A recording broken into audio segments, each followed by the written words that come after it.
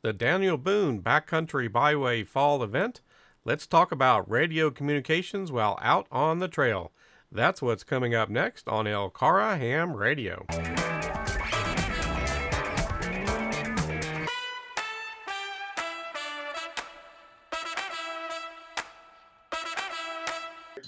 All right. Well, good morning, everybody. My name's Chris Perry, KY4CKP, WRES 843. We'll talk about what those mean here in just a moment. I'm a professional trainer by trade. I teach on computer classes, but I've been a licensed ham for a few years now. And they asked me to give a simple presentation on communications here for the event. So I said, sure, why not? Let me start off by asking a couple of questions with folks. How many folks here have your GMRS license? We got a few of us, Does anybody here have your amateur radio license? Got one or two. Okay, we're going to talk about both of those. Today we're going to talk about some radio options for on the trail. How many folks have a radio with you today? Yeah, a few more. Okay. All right, let's talk about some options in the world at large. Almost everybody's probably familiar with CB radios. Got examples of CB radios right here. These are nice little radios you can get off Amazon, about $100. You get the radio, batteries, you get a rooftop mag mount for the antenna. These work just fine for a lot of things. What's the main problem with CB radios in off-roading? Anybody know? Range is one. They're not as common anymore. That's one of the biggest problems. They're not as common as they used to be. Truck drivers don't use them as much as they used to. They still use them, but they use GMRS and other things, especially the old smartphone, right? So there's nothing really wrong with CBs, but if you're going to go out on the trail, of course, we're at a big event here today. Well, what is everybody else using? Doesn't matter if you've got a radio, if it's not like anybody else's, right? If it can't talk to anybody else. So what if you're not at a big event? What if you're just going out with a buddy? What if you've got a local club you like to go out with? Well, what do they use? Okay, so here's an example of GMRS radio. Doesn't look that much different from these other ones, does it? All these handy talkies or walkie-talkies look the same, basically. It's what's inside that matters. In fact, this is from a company, B-Tech, which most people know as Baofeng. This is a Baofeng. But they make different kinds of radios. They handle different frequencies. So ultimately, GMRS, FRS, MURS, CB radio, ham radio, any of these can work when you're on the trail. The primary thing is, what does everybody else have? We want to try to have the same thing that at least the majority of other people have, at least the trail leader, right? And so coordinating that before any off-roading events would obviously be a good thing. If you've just got some buddies, if you got a local group, set a standard, right? Pick something, right? That's the number one thing. Pick something. Now, GMRS has become or is becoming probably the de facto standard. It's not 100% when you look, especially around the nation, certainly worldwide, but even around the nation. But it's becoming more and more the standard. There's a couple of reasons for that. Which applies to pretty much all these radios, okay? The radios themselves are relatively inexpensive.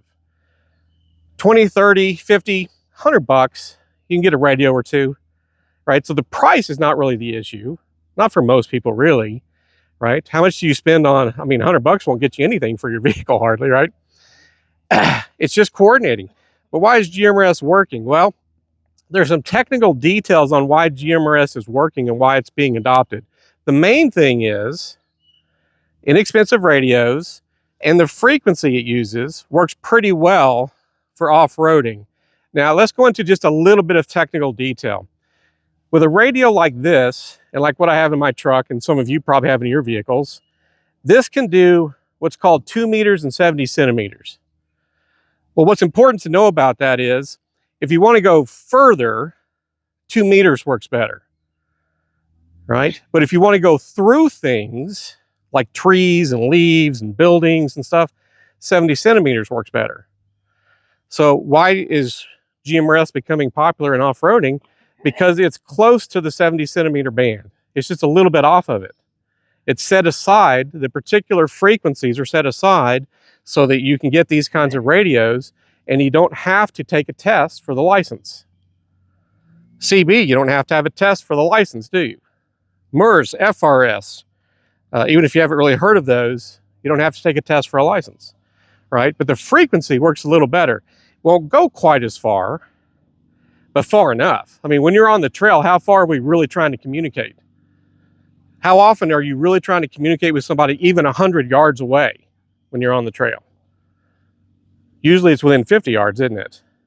Well, you don't need anything to talk 50 yards. It's hard to yell that far, right? So any of these can work, but with this guy, in order to push this button right here, you got to have an FCC license, okay? It's not hard to get. It's not even that expensive. 15 bucks for the test and 35 bucks for the FCC. The questions are published. The answers are published. They want you to pass, okay? But you got to take at least one test, right? GMRS. GMRS doesn't require a test. Now, how many folks knew this? In order to push this button right here, you also have to have a license. So at least a few of you knew that. Not everybody realizes that, and part of the reason for that is there's been confusion over the years, and part of that is because the FRS, the Family Radio Service, overlaps the General Mobile Radio Service. The frequencies, the channels, GMRS is broken up into channels similar to CB. There's just different frequencies involved. Well, FRS and GMRS overlap a little over half the channels. FRS does not require any kind of a license at all. GMRS does. So what's the difference between FRS and GMRS? GMRS, you can have more power. You can have 50-watt mobile radios, 5-watt handhelds. FRS, you can't. FRS has to be half a watt or less typically. Okay, so more power, better antennas. When you look at radios, what's the number one factor that's going to help determine whether you can talk to somebody else, regardless of how far away they are?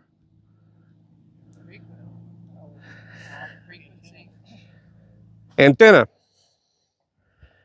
Doesn't matter. It's like your stereo at home. You can have the most expensive stereo in the world, but if you've got the cheapest speakers in the world, how good is it going to sound? Not very good. Speakers make your system at home. Antennas make your radio, okay? So anytime we can upgrade a radio, give it a better antenna, right? Give it an external antenna. When you're in a vehicle, you're basically in a Faraday cage. Not much signal gets in and out. And that depends on what kind of film you may have on your windows. So having a better antenna, being able to get an external antenna, even this little stubby black canister right there, which is my 2 meter, 70 centimeter, allows me to talk 30 miles away, depending on conditions. It's outside the vehicle, and it's designed to be that way. All right. But let me ask this question. How many of you have ever run into this? You're out with a group of folks, at least one other person. You try to talk to them on the radio, and apparently they can't hear you, and you can't seem to hear them. Has that ever happened to anybody? It's happened to me. Does anybody know why that happens? In many cases, you're too close.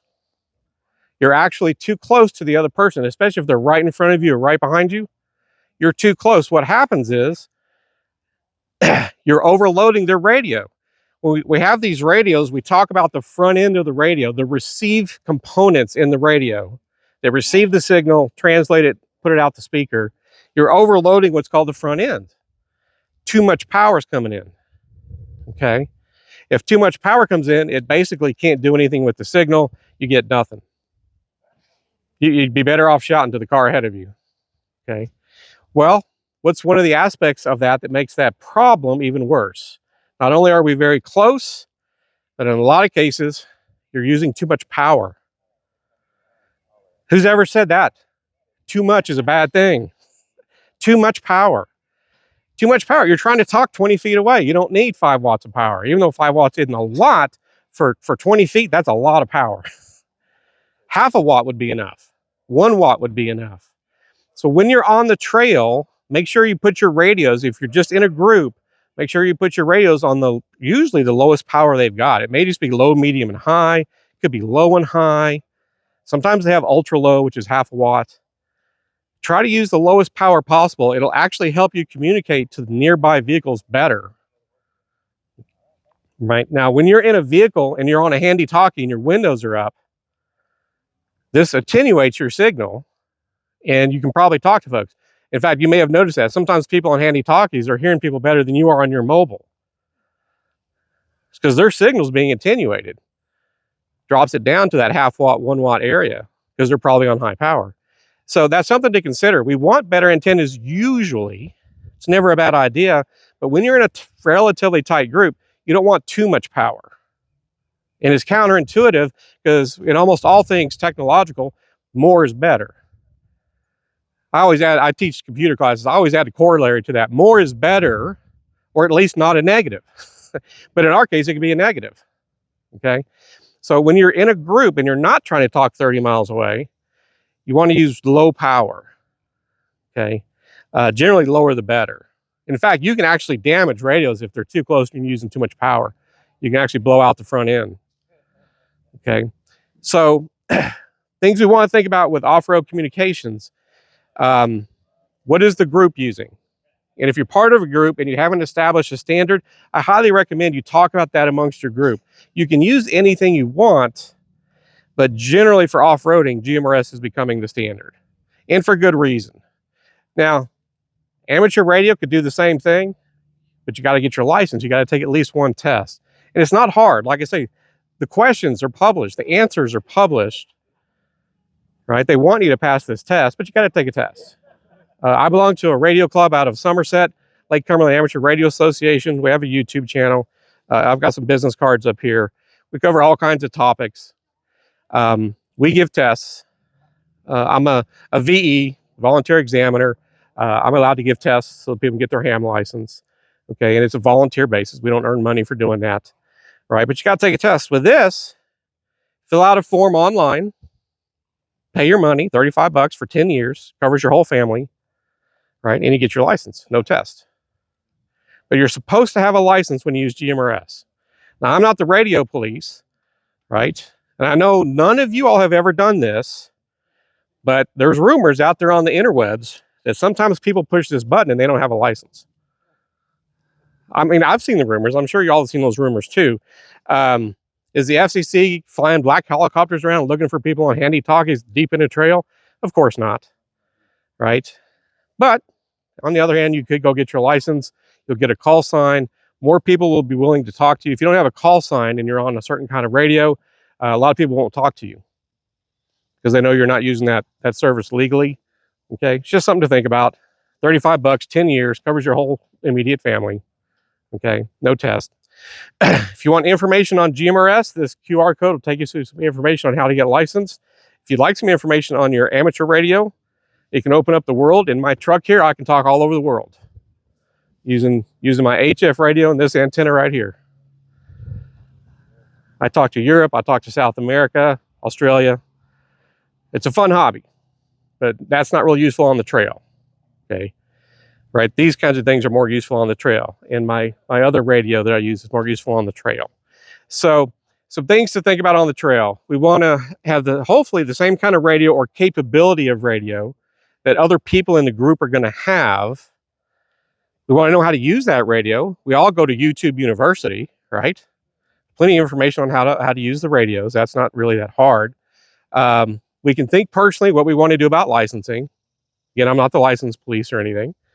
The radios are out there. They're not that expensive, right? But just some of those things to think about. What's everybody else using?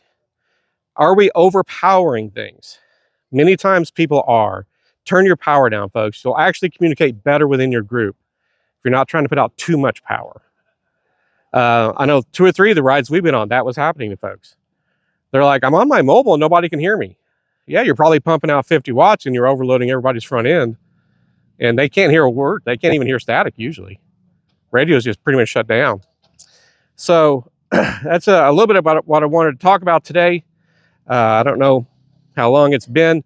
Let's take a few questions. Does anybody have any questions on radio? Any questions at all?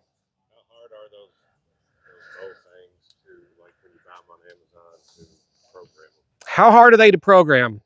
There's two answers to that question. That's a great question. Extremely hard to program and completely easy to program. Which way do you want to go? if you can program these right here from the keypad, and once you know half a dozen, 6 or 8 settings, they're usually in the same spot, menu-wise, menu 27 or whatever it is.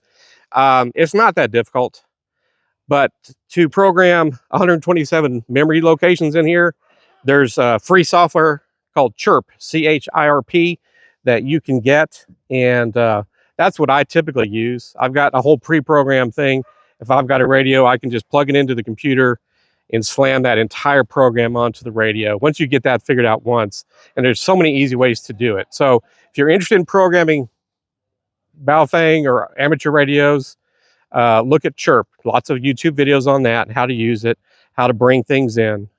Okay, that's the easy way to do it. And then you can save it out and reuse it or make changes to it and update it and then save it out again. So that's the number one way. What's that?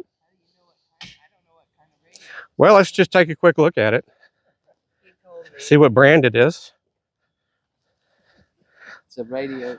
Radioddity. So Radioddity is one of the many, many brands. Typically, they're called Baofeng clones. It's 2 meter, 70 centimeter. Well, that one might be GMRS or something else. I don't know.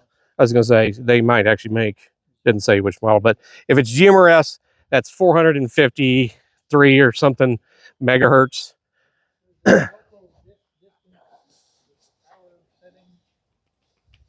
What's that now? Local or distance, is that one of the power settings? I don't know what they call it on the Radioddities. I've never had a Radioddity. I've seen them and I've heard about them. It's usually like low, high, low, medium, high, ultra low. If it's a half watt, sometimes they may call it something slightly different. It's usually fairly obvious though. They're talking about the power output for whatever the setting is. Who you're with, hopefully. Yeah, hopefully you can coordinate with whatever your group is. Big events like this, they typically try to standardize on GMRS. And then they'll tell you what channel they're going to be on. It's very similar to CB in that regard. GMRS is broken into specific channels, which is just different frequencies. Okay. And they'll say channel 16, channel 15, whatever it's going to be. Okay. And with a true GMRS radio, they're usually pre-programmed into it. And you just go up and down the dial until you find 15 or whatever number they called out. So they don't usually need that much programming. The only time they might need programming is if you get into what's known as repeaters. Repeaters are usually up on a hill, big tower, put out lots of power comparatively, and allow you to talk in a much broader area. Okay, not everybody, in a trail ride, you're not trying to hit a repeater. You're just talking within your group. Was there another question? Yeah, so last time I checked, which has been a while, there weren't any GMRS repeaters in the Slade area. You know if there's anybody trying to put one up, or is there one now? I don't know offhand if there is. My club in Somerset, we run 2 in the Lake Cumberland area because there's lots of tourism down there. Some clubs don't deal with GMRS, sadly, because it's not ham radio to them. I don't agree with that philosophy. Our club runs 2 GMRS repeaters because it serves the community, and that's what my club is all about. But I don't know for sure if there's anything out here or plan to be out here. They're not super hard to put together. In fact, we've done a video series on how to build one. Yeah, I mean, you have to get into duty cycle and things, but we're building some crossband repeaters for ham radio right now. We did a GMRS build to kind of show how to do that. So there may not be any of those kinds of repeaters in this area. Not that it's that expensive or hard to do as a hobby, but there just may not be any in this area. Yes? And a point towards a reason to get your license, a practical reason. You can't use repeaters unless you actually have a number, right? Right. Right. If you on ham radio or GMRS, if you especially on things like repeaters, if you start talking and you don't have a license, you don't have a call sign, very few people are going to talk to you other than to say, what's your call sign? What's your call sign? If you don't have a call sign, you shouldn't be pushing the button. Okay. Now, if you're just out hunting, you're out fishing, you're hiking, you're with your kids, you're on a trail ride, Again, the licensed police are not flying overhead in a black helicopter, but repeaters and things, that's where you're reaching more people, and they tend to be sticklers for the rules because you can lose your license. You can be fined. The FCC just fined a ham operator. Well, actually, they just fined a person who was jamming a GMRS repeater a month or two ago, $10,000. They will fine you if you're causing enough trouble. You're just going out hunting occasionally or something like that, they don't have time for that. But if you start causing trouble for folks on things like repeaters, they will find you. Okay. Anybody else have any questions? Yes. Are there any considerations for external GMRS antennas? Like on CB, I know like you want to mount it in a certain place. It's like any other kind of radio. If you can get an external antenna mounted, you're going to get better distance out of it. So if you're driving around, you're trying to hit repeaters that are regional, that's still the better way to do it. Again, on a trail ride, it's not really necessary. But yes, there are. And it totally depends on your vehicle. It depends on your antenna. This little can up here is designed to be in a corner of the vehicle like this. Not every antenna is. A lot of times they want to be in the center of the roof, if possible, because it's the highest point, or the center of your hood, which nobody wants one down there. But it depends on the antenna. There's checks and tests you can do to test the antenna to make sure it's in an operable range and it's not going to damage your radio. If the antenna is not in a good spot, what happens is power that you're sending through the antenna feeds back down the line and comes into your radio, and it can damage your radio. So you want the antenna to be in a proper operating environment. We call it SWR, standing wave ratio. It's just a reflection of power that'll come right back down the line if the antenna is not in a good spot. Well, you can get different kinds of devices to test for that. They make specialized meters and things. You can get a real inexpensive one on Amazon called a nano VNA. Those are 40, 50, 60 bucks on the low end. You can spend tens of thousands of dollars if you're a professional, but you can get relatively inexpensive devices, plug the antenna in, it sends a signal, and it tests. Same meter work on CB and GMRS? In theory, yes. It depends on the frequency capabilities of that particular device, because everything's on a different frequency, but most of them can cover a pretty wide range of frequencies. Okay. CB's a little different because it's 10 meters. Well, it's 11 meters and 2 meters, 70 centimeters. Sometimes devices split between, are they UHF, VHF, or are they HF? So that's what you would want to look for. Is it UHF, VHF only, or does it cover into the HF spectrum? Or if this is what you want to cover specifically, just look for an HF capable unit. I have that. Okay. Yeah, because CB's right in the middle. Well, not in the middle, but it's right in there with the amateur radio bands. 10 meters is amateur radio, 12 meters is amateur radio, but 11 meters was set aside for the public with no licensing or anything required. Okay. Any other questions? Anybody else? Anybody want to talk about some costs? Right?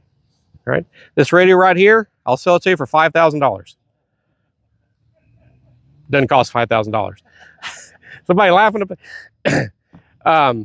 That's part of the good news. You know, depending on how big of a gearhead you are, you can spend as much money as you want to on any kind of radios, any kind of radios, amateur radio, anything, like a lot of us spend on our rigs. You can get radios usually in the $40 to $60 range on the low end. 80 to 100, you get a pretty nice radio, right? These were kits. These CB radios were kits. They came with mag mount antennas and everything. They were about $100 for each one. And that's kind of the upper end for that kind of stuff. Now, I've got a handy talkie in the truck. It's from a big name brand, Yaesu. And when I bought it, it was $400 something. Right? It's higher quality. It's got better electronics, had better waterproofing and dust proofing and stuff like that. But most people don't want or need that kind of a radio. I've got a bunch of these cheap ones. I've got one of those. Okay. Right. Because these are inexpensive and they can get the job done in 9 times out of 10. Okay. So pricing, not too bad. Now for mobile radios, you can get those pretty inexpensive too. 80 to 100 bucks on the low end. $200, $300, $400 on the high end. There's different brands. Midland's a big brand for handy talkies and mobiles. But some of these other companies make mobiles as well. The thing with a mobile that's nice, you're typically going to hook up to an external antenna, and they do have high power. They usually go 40, 50 watts.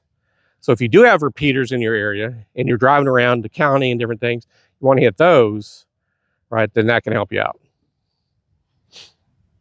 So pricing wise, you don't have to spend a lot of money, especially for things that are a hobby. Now you're going to get into amateur radio. You can spend 6 figures on amateur radio easily.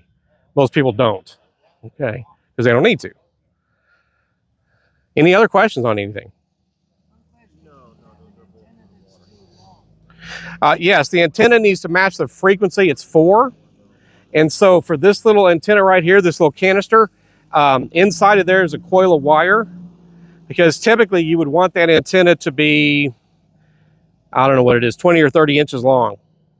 That's not 20 or 30 inches long. So it's engineered with a coil so that it shrinks it down so you can go in your garage better and things like that. But you have to match your frequency. Right.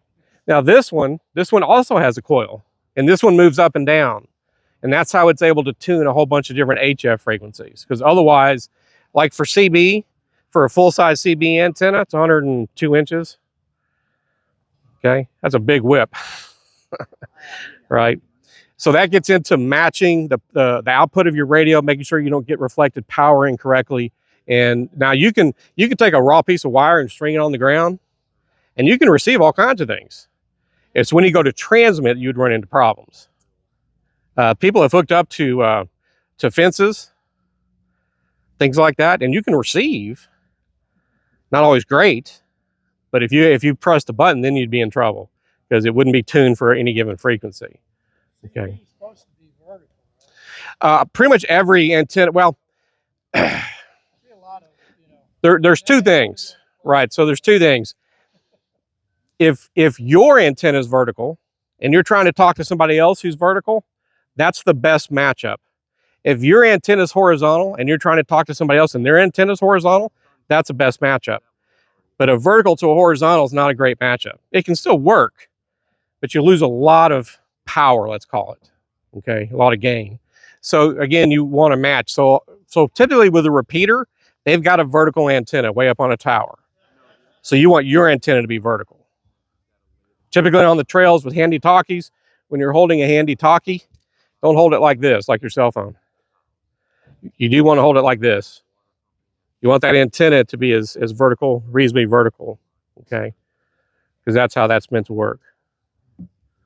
Any other questions? I was silly doing that, but I was doing it all the time. Yeah, no, you should hold it pretty vertical to get maximum output for the radio. Okay. Any other questions? You mentioned tuning. The GMRS antennas, they normally don't seem to need to be tuned. Is that a true statement? Or Well, typically, whatever antenna came with your radio, which is, we usually call it a rubber ducky, and it's meant to be thrown in the trash immediately and something better put on. But they're supposed to be tuned by the manufacturer. Really, it's whoever the manufacturer contracted out of China to build that ultra cheap antenna to give it away to you.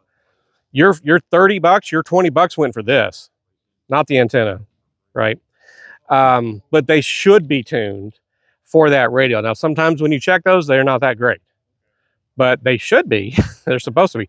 Now, when you get a radio and it's got the built-in antenna, like the blister packs from Walmart and Amazon, typically GMRS or FRS or whatever, and it's got a permanently attached antenna, it should be tuned for the frequencies that radio can handle, okay? But that you do want to check that. You want to make sure that whatever antenna you're using matches the frequencies you're trying to transmit on, so you don't damage your radio and so you get maximum output. Okay. Any other questions?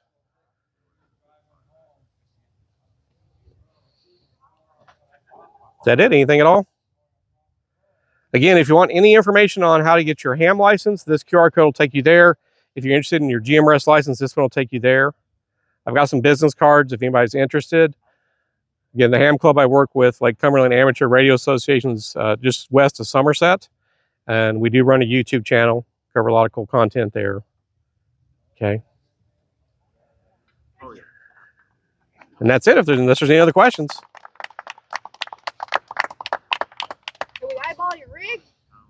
You sure can. You can ask more questions. Now the cameras are going to get shut off.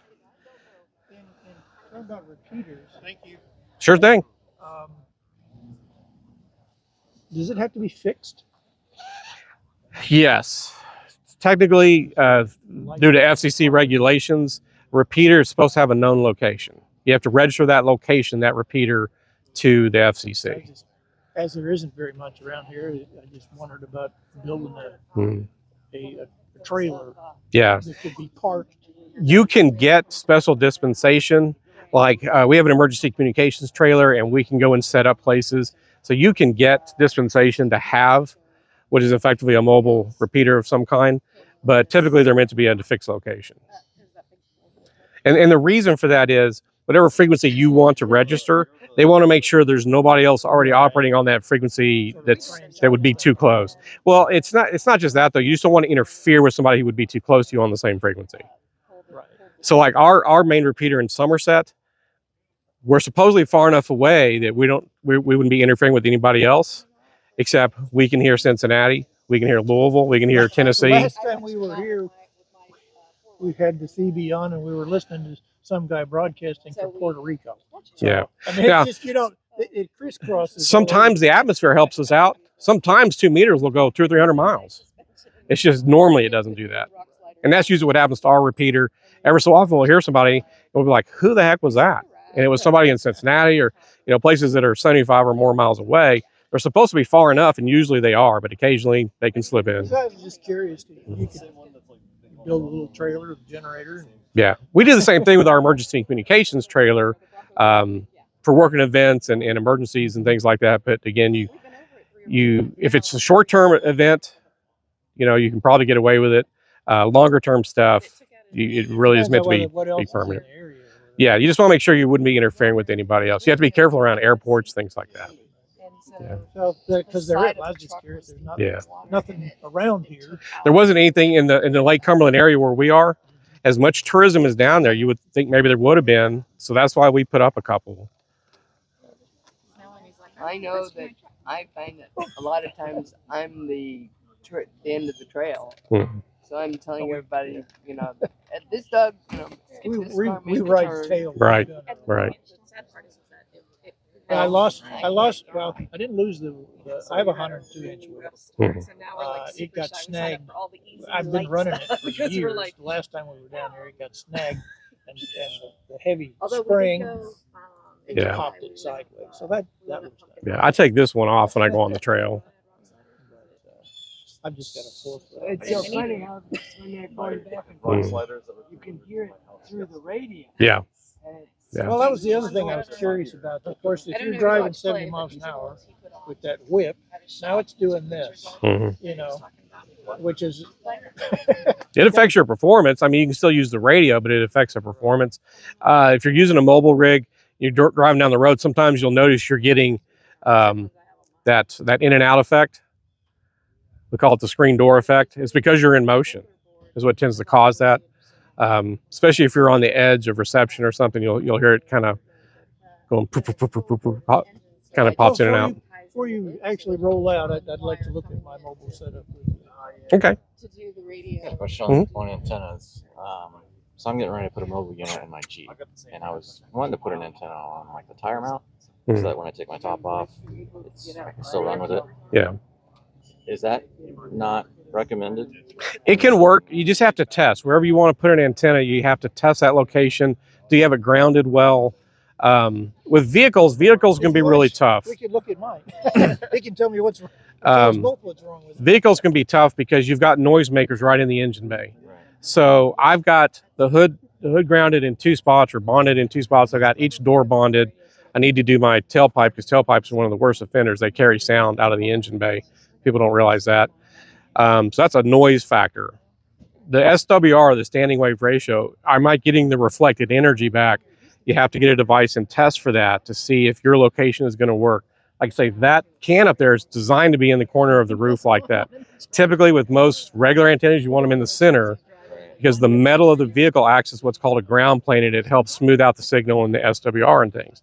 But if the antenna is designed, well, my brother's got an F-150 that's all aluminum. so he had a hard time mounting an antenna someplace. It's fiberglass, so Yeah. that's why I was thinking about going with a tire carrier. On the People back do of the that. They Jeep. have the mounts that for the tailgate of a truck and stuff. They have mounts that go in that area, but you would just have to test what's going on there. And then is there? I mean, if I were to go buy one, I mean, what would I want to look for? Just You can get almost any antenna you want. You would have to have a device that can test for that's what's called SWR. Are there any ham clubs near where you live? I live in Louisville. I don't know. Yeah, there's ham clubs in Louisville. So other than having to buy a device yourself, not that they're expensive, you can get a $50, $60 device, and there's YouTube videos on how to use one. But if you could hook up with a local ham club, say, hey, I want to do this install. They probably got people that have done something similar. They'll have the tools. And usually they're willing to help out. They say, hey, stop by sometime and we'll check your device. My primary purpose is for this stuff out on the trails. I just want to have a mobile unit that's running off the battery of the truck and, not having to...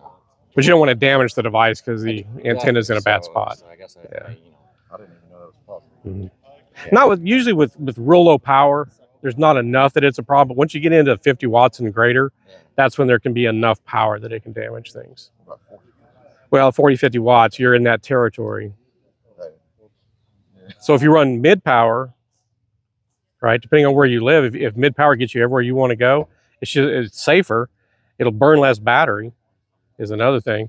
And you'll have less chance of reflected power damaging your setup. So I can do that with a 40 watt Midland? Yeah, usually they have at least two settings. Usually they have at least a low and a high. Sometimes they have low, medium, and high. So depending on where you live, try low. Can I reach everywhere I normally want to reach on low? If you can, use low. The lowest power you can use is the safest power, uses less battery. It's easier on your equipment.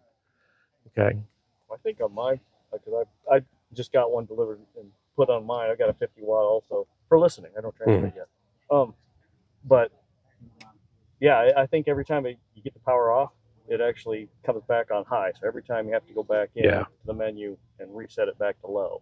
And there's pros and cons to that. If it always went to low, then you'd be always wanting to go to medium or high. And it'd be nice if it remembered. That's what I was hoping. But when you don't spend that much money, you don't get some of those features of that stuff. So there's not one thing in particular. If I'm going to go out and order an antenna for a mobile unit that I need to look for. Not really. Just get the. It's like a stereo. You want to put good money into the antenna, which doesn't mean super expensive, but you want to put good money into an antenna. Try to get a name brand. Nagoya is a good brand, but there's a lot of good brands out there. It's just like you want the best speakers you can afford for your stereo. I'd rather spend more money on speakers on my stereo than on the stereo. A generic stereo can sound awesome on great speakers, but the opposite's not going to be true. So antenna is everything, but you just want it, whatever you get, you want to test it, make sure it's within an acceptable range. It doesn't have to be perfect, but within an acceptable range. And I saw some of the antennas say that they have different gain levels. Mm-hmm. Is there, recommended for like trail use, is there a particular No, because you're usually so close, that stuff doesn't matter. No, I mean, if you're trying to talk 30, 40 miles away to a repeater or something, you're going to want medium to high power. You want the best antenna you can get, something like that. On the trail, you're normally so close, you don't need much. All right. You just want to make sure you're not going to damage your equipment. Yeah. All right. Thanks, sir. Yeah, no problem.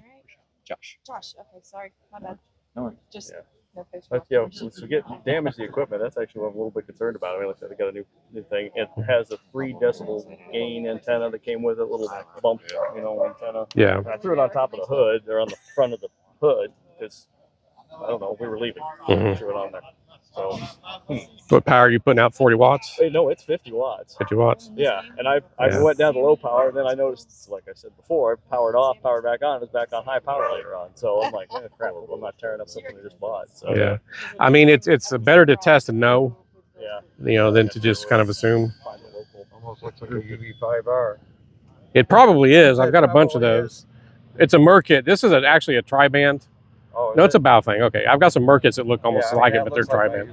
Yeah, it's that kind of a thing. Like this one, I just got this the day before we came down here. It showed up. But it doesn't seem to have like all the FRS trains. There's like 7 channels. Well, what is this supposed to be? Is that a GMRS one or a it's a GMRS. Oh, yeah, so it can't do anything else. Well, but it only has like 6 frequencies. So that's what I was talking about. The other, like we were on 15. Repeater. Yeah, we were on channel 15, so I had my mobile unit, also brand new, like I said, I picked these 2 up, I'm like, I don't know what I'm doing. So, but that one had everything, and it skipped skipped the middle ones, whatever it is. That was my question about those radios for. Well, it should skip the programming, middle ones it because only that's comes too with- powerful. Well, this one doesn't skip the middle ones. Yeah, it just comes with stops. what's safe for FRS and GMRS. So like, so it's Because that way they don't have to worry about a license. They can sell it to you legally. I mean, Yeah, to get that the other one- channels, you'd have to use software typically. That's what I Okay, was. so this You can one, get chirp Well, and then reprogram. but this one skips 8 through 14. Yeah, That one only does like 1 through 6, and then it quits. yeah. What they're doing is they're only shipping the FRS compatible channels for two reasons. One is compatible with FRS, Yeah. so your radio will work with more people, Yeah. but it's also safer legally, Okay. right? Because they're saying, hey, here's this radio, you don't need a license for it, Yeah. right? Or somewhere there's a small blurb somewhere in the manual that says, oh, that's you why must get a I license looked at the stuff. manuals. I didn't see anything. Yeah, sometimes they'll hide it in there, but that way they don't have to do that. I know for a lot of radios, you have to program them through software is the easiest way to do it to get other channels. Chirp. Yeah, That's what I remember him saying. Yeah. I wrote down. Yeah, that You was download chirp and you can. yeah. Because I've got one of those, and I'm like, well, this is pointless. Well, yeah, So because I now couldn't. I've got Because I was flipping here between channel and frequency mode. Now I did type in a frequency that matched 15. I don't know, Yeah. but I did that last night after we got done with it. Unless it really is, because Baofeng got slapped a few years ago. Has a Japanese lady that tells you when it's on. Turn it off and take the battery off and see if it's got a GMRS sticker under the battery. Yeah, check that.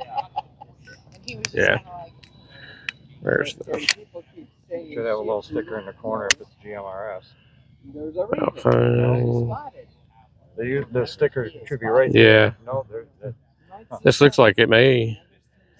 Of course, I mean, with Baofeng, you never know how they've labeled it, Yeah. what model it truly Mine- is. I've got two of those. One of them's a ham that I Okay. unlocked, and the other one, so I can do GMRS on it now because I Yeah. unlocked it.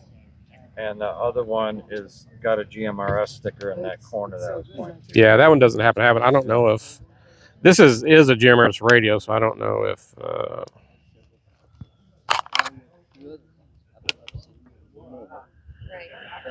Yeah, this one doesn't. It's a GMRS specific radio, but it doesn't Yeah, it doesn't say either. from BTEC. Yeah, it doesn't say. Oh, isn't BTEC really Baofeng? It's just a Yeah, the U.S. label? distributor. Yeah. Yeah. Yeah. All right. What do you think So- about that radio? Harris. I'm not very familiar with Harris. So where I work is the police academy. So Mhm. Harris Radio is what CSIP, their 911 for Madison County uses. So AMK, is that AMK? Yeah. They were buying some radios. So you should I'm have like, a hey, I need a cheat couple sheet there that tells you GMRS. what the frequency. So I got Well, that's the funny thing. I don't Midland's see one in this GMRS manual, list but for all in the this one radio it does. channels. Yeah. This And manual then they has were able to frequency. program that. So And that's Sometimes actually the, a good idea. that's pretty good. The police EMT radios can be Yeah. reprogrammed. Sometimes they So can't. channel- like, The main thing a is lot of sometimes they off-road control the use programming channel software. 16. Sometimes you can get a hold of the radios, but you can't always get a hold of the software. So they programmed it. 525 So or far, I'm something finding like that that. it works with every. I mean, as long as you can get them programmed, then usually it's fine. It may not be. It's called type certified, So but again, FCC is not trying to hunt down people that don't have the right kind of radio. I mean, because it's that one, these radios are sold as for factories. yeah. You know, just to talk around, and so therefore, to me, I would think that it goes through like those walls. Yeah, GMRS and MERS. MERS is used a lot commercially, even though it's freely available to anybody. But it's because it's that near that 70 centimeter bandwidth, and it does penetrate buildings and things better. And in a building, you're not trying to go that far, right? So that's why they don't really need the distance; they need the penetration. The only aggravating Four thing is that 6'2" antenna, but you know, you make a good point. Like, 575. So you can better better the antenna. You Yeah. know, I wanted to buy a smaller antenna, but I don't think I'm going to now, just because what you What's said wrong, there. I went- Well, and usually what you want is a bigger antenna, Uh, but it's just less convenient that way. So you got that big antenna Gee, flop there. ours is a Oh, little it's soft, jumping. It's jumping which is too far. actually a detriment because it's not as much metal. Yeah, it's just a little tougher to. I think you can we go had in the to- menu. I said we used to have a Samurai, Mhm. which literally wasn't enough metal.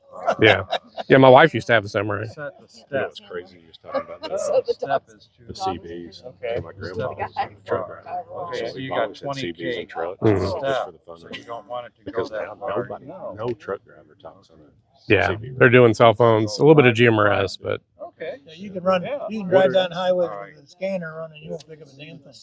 What are Are they just randomly picking out channels on GMRS just to talk to each other? I don't know. I haven't tracked them.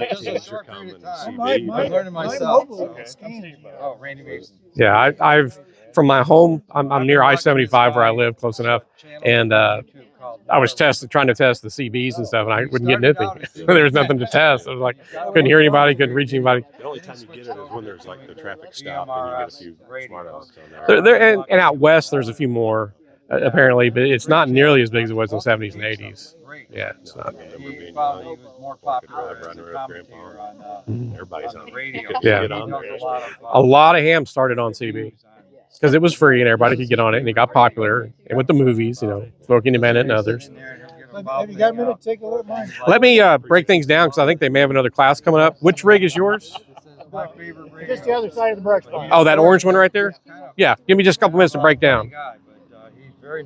Any questions or anything? Well, that's how I learned to do No, that. I need to get me a couple of handhelds Oh, I see the frequency. just to have when other people ride with me. I've got That's what a they're 50 using. watt unit, but Well, I don't I know. learned something today from you while you were talking earlier. Good. Turn it down. So they Yeah. have this, Yeah, when you're on the trail, you just don't need that much. Probably blowing them out of the water. It had the channels. Yeah. But yeah, I've already got Well, mine. I got a mobile. I've got a little Good. mobile Good deal. one. Yeah. And But it- yeah, I'd and like that to just get into does the ham channels, side you of stuff, but Yeah. I So don't know if I want to invest that kind of money, time.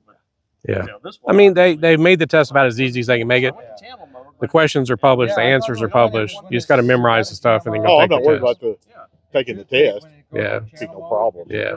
I'm just talking about getting myself set up for ham because I wouldn't want to do mobile. I would do it at the house. Yeah. Just have a permanent setup. I mean, it just depends on what you want to get into. You can get a radio for $650, $700, or you can spend 10 grand. It's just whatever you want to spend.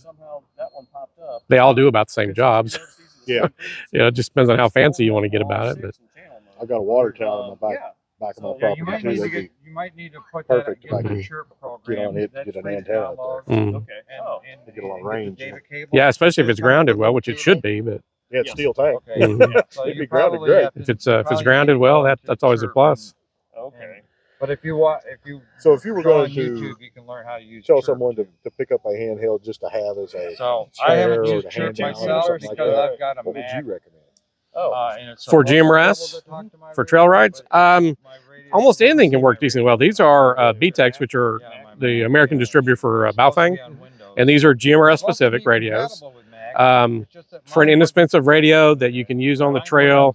If you hand it to somebody and it walks away accidentally, you're not out a whole bunch of money. They work just fine. You don't have to. In GMRS, you don't have to spend a lot of money. No. You'd have to work hard to spend a lot of money on GMRS, Yeah. which is, That's for sure. there's mobiles that are $400, $500, but handhelds, you're just not going to spend that much.